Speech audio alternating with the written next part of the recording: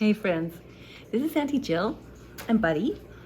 Buddy had such a good weekend last weekend. He got invited up to a cabin in by a lake in a different forest. And it was his friends, Jackie and Buck, and they were kind of like second grandparents to him. And so he was thrilled to go. He piled into the truck, packed his suitcase. We had the snowmobiles behind us, and such a nice drive in the country on the way up.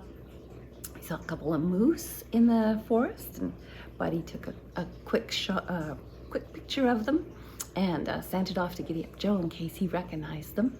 He thought they were probably some relative of Joey's. And we got there, and it was so beautiful. He'd never been there in the winter before. There was a big window and lots of there was a sunset, lots of ice to look at. It was so nice. The next day was really exciting. Buddy had never ridden on a snowmobile before. So anyway, we put him up front, in front of me, and we thought we'd let him drive. And we were driving along, and it was going pretty good. And then some big snowdrift kind of sucked us off to the side. And before you know it, one of us hit the gas instead of the brakes.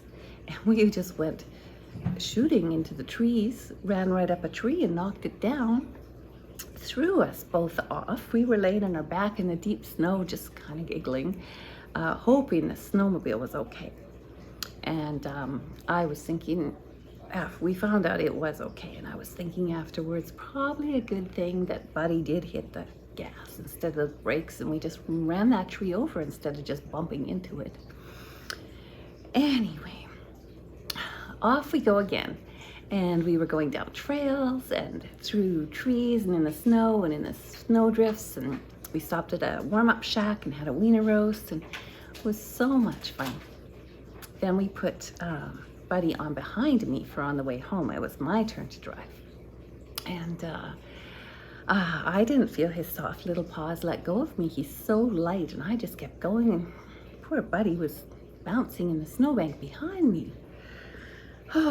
Good thing Brian came along and rescued him. And Brian is so good to him. He kept him up front between his knees, and he drove ever so carefully so Buddy wouldn't get injured. He was meanwhile watching his friend Buck carving and cutting in the deep snow. But Brian is so kind and gentle. He was just driving carefully with Buddy. And then we got back to the cabin, and we had hot chocolate, marshmallows. Felt so good. Buddy's cheeks were all rosy from being out in the winter weather. And the next day, more snowmobiling, more tracks. No, it all went much smoother the second day. It was a really, really good weekend.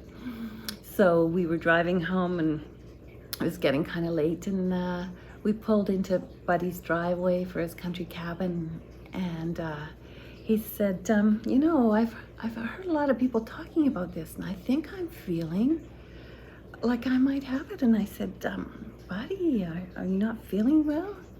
He said, I've got cabin fever. And I said, Auntie Jill said, Buddy, do you know what that is? He said, well, yes, I live in a cabin. I went on a holiday in a cabin. I love cabins. I must have cabin fever. And so he probably did. Right, Buddy? And that was Buddy's weekend.